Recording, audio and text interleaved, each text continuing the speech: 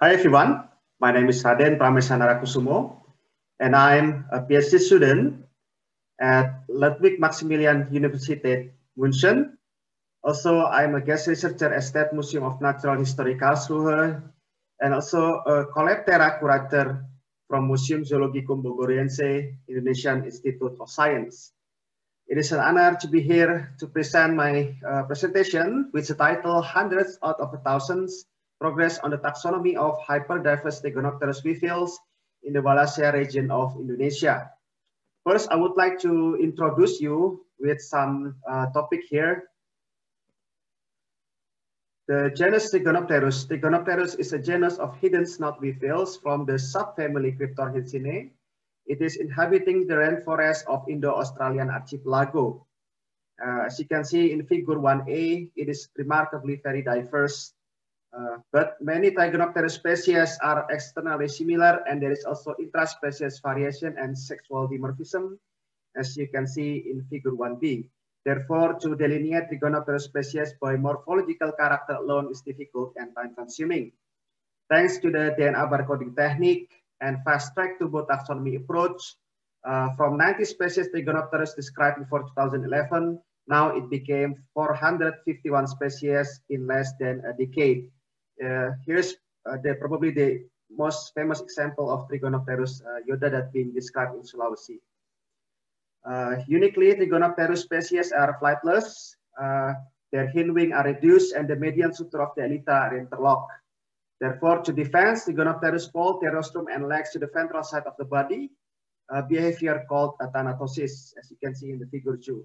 Steganopterus species have two different niches as modes of living. First, in figure 3a, it is a Steganopterus that live on the foliage.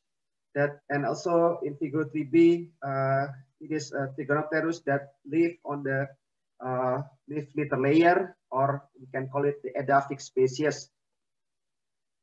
Move to the introduction of Wallacea bioregion. Wallacea is composed of several islands located between the Wallacea line and also the Lydekker line. There is three main islands. In the center, there is a Sulawesi. To the east of Sulawesi, there is a Maluku archipelago. And to the south of Sulawesi is Lesser Sunda Island.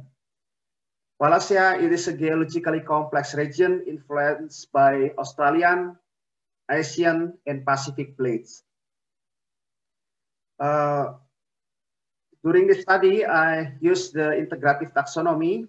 It is an approach to combining traditional taxonomy with DNA barcoding techniques, high-resolution digital imaging, rapid publication toward article journals or wikisite, and it has proven to accelerate new species discoveries and also the systematic studies.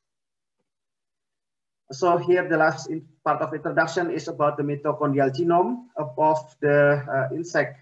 It is usually consists of 13 protein coding genes, 22 transfer RNA, and 2 subunit ribosomal RNA. Insect mitogenome are AT-rich, including a large non-coding region, which contain the origin of replication and transcription. Mitogenome can be used to infer phylogenesis of beetles. The objective of this study are, first, to do field sampling, utilize museum collection to discover and describe new species of Steganopterus in the Wallacea bioregion. Second, to discover the pattern and features of mitogenome of Steganopterus and to explore its potential for phylogenetic inference. Third one, to study biogeography of Steganopterus and the evolution of its edaphic and foliage lifestyle. I present here 4 published papers and their brief result. First paper is 103 new species of Steganopterus from Sulawesi. Previously, there is only one Steganopterus known from Sulawesi. It is Steganopterus fuficornis that described by Pascoe in 1885. Based on extensive sampling, there is 3,953 specimens of Steganopterus from Sulawesi, and 514 of them were DNA extracted, then a sequence for their COX-1 gene, and then we infer the maximum likelihood phylogenetic trees, and then we scrutinized extracted their genitalia, and with the both data of the molecular and morphological, it is further to help us to delineate the species. Here is the map of the Sulawesi and the location of the type locality, and also the maximum likelihood trees. From this study, there is 103 Trigonopterus species described as new species from Sulawesi. And we cluster it into 31 informal species group. Most species of Sulawesi Trigonopterus are reported from the type locality only. The rest of them are in a linear distance less than 100 kilometers, with the exception of Trigonopterus allotopus and Trigonopterus inhonestus. With their high endemism, they are also highly endangered by habitat loss. The second paper is 7 new species of Trigonopterus from the Tanimbar archipelago. Only 2 species described previously from Maluku. It is Trigonopterus ellipticus and Trigonopterus honestus. And there is no record and described species from the Tanimbar archipelago. Therefore, we have done 2 field trips to the 3 major islands to the Tanimbar and collected 222 specimens. 44 of them were sequenced for the COX-1 gene. Here's the map of the Tanimbar archipelago. It is located southern of the Moluccas, and to the right, it is phylogenetic trees inferred from the COX-1 gene. This study for the first time reported the occurrence of Trigonopterus from Tanimbar Island. There are 7 new species being described here, and all species are foliage dwelling. But we believe that more extensive sampling during the rainy season would possibly yield edaphic species on this island as well. Morphologically, the Tanimbar Trigonopterus are very different from each other. There is no indication of any autochthonous speciation on the Tanimbar archipelago. Instead, it has been formed largely by repeated dispersal from neighboring region. The observed composition of Trigonopterus could be the result of relatively recent origin.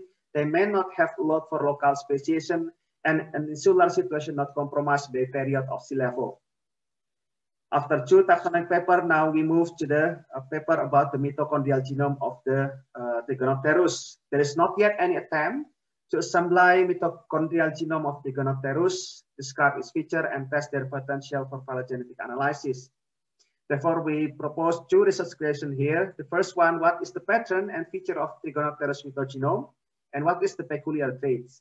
And how Trigonopterus mitogenome could be optimally utilized to infer a phylogenetic tree? We assembled 10 complete and 2 partial mitogenomes. The complete mitogenome length ranged from 16,000 base pair to 21,000 base pair.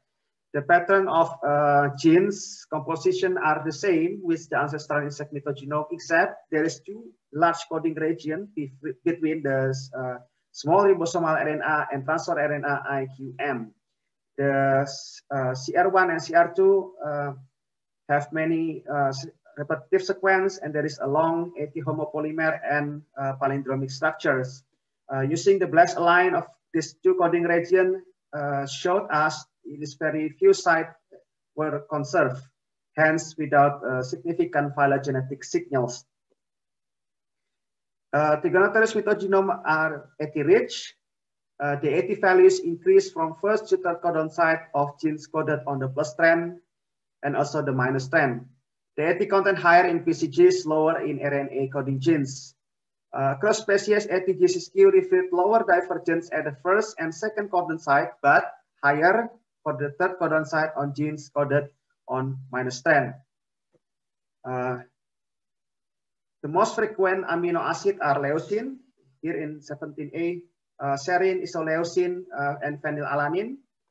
And then there is a variation across genes, but the highest is the ATP8 here in B, figure B. And common PCG start codon are ATT and ATG, and the most common stop codon are the canonical TAA and TAG. Maximum likelihood phylogenetic analysis with IQ3 of the 13 PCGs based on Bayesian information criterion or by PIC factors showed 39 preliminary partition could be merged only in 7 blocks. This partitioning had better BIC value than the other partition. The maximum likelihood and Bayesian trees based on the base partition and models at both DNA and amino acid levels showed similar topologies with low support for several deep nodes. We also employed BEAST, And then using the uncorrelated log normal clock or UCLN and relaxed local clock or LLC were statistically compared against a strict clock using bias factor estimated from marginal likelihood. We found that UCLN was more favored than the other models. Most nodes age here were between 45 million years ago and 25 million years ago. But there is a younger split at 15 million years ago. The mean rate estimated for mitochondrial PCGs under UCLN clock was almost the same with previous study. Most variation in mitogenome sequence at the codon and strand level.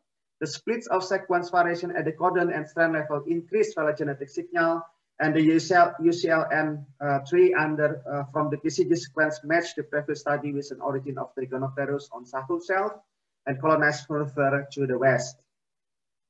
The fourth paper is with the title Transgressing Wallace Line, Bring Hyperdiversity Down to Earth. As we know that there is two modes of living of Trigonopterus.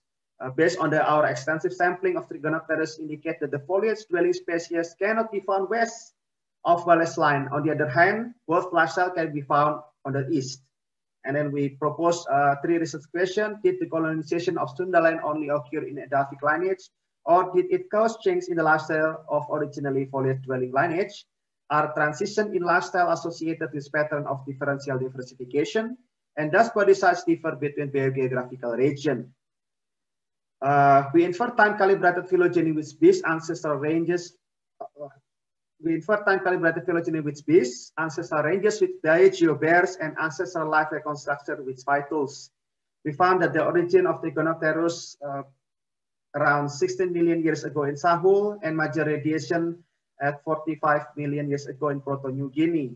Meanwhile, the colonization of Wallacea is around 38 million years ago.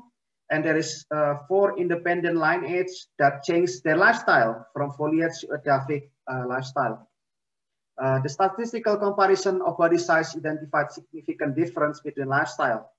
Edaphic species are significantly smaller than foliage species, but the body size difference between bioregion are not statistically significant. Wallace Line is a porous barrier to the dispersal of species rich inside lake. The range expansion of Trigonopterus was unidirectional. The consequence of transgressing of Wallace Line is the change to the Edaphic lifestyle, and the body size between bioregion are not statistically significant. The conclusion of this presentation, there are 103 species from Sulawesi and 7 from the Tanimbar, and the fast-track taxonomy approach helped to accelerate the species description. Mitogenome of Trigonopterus have the same pattern and arrangement of ancestral and stock mitogenome, but they have separate two coding region. The base partition scheme of the 13 protein coding genes sequence obtained by IQ3 suggested that phylogenetic signal is more accurate by splitting sequence variation at the codon site level as well as coding strand rather than at the gene level. For previously, foliage-dwelling lineages changed their lifestyle to live litter habitats after crossing Wallace Line. It is indicated dispersal is not more likely in Edaphic lineage, but rather by the abiotic or abiotic factor. I would like to thank you to listening to my presentation and acknowledge this institution and also people and my family to support me while in this study. Thank you very much.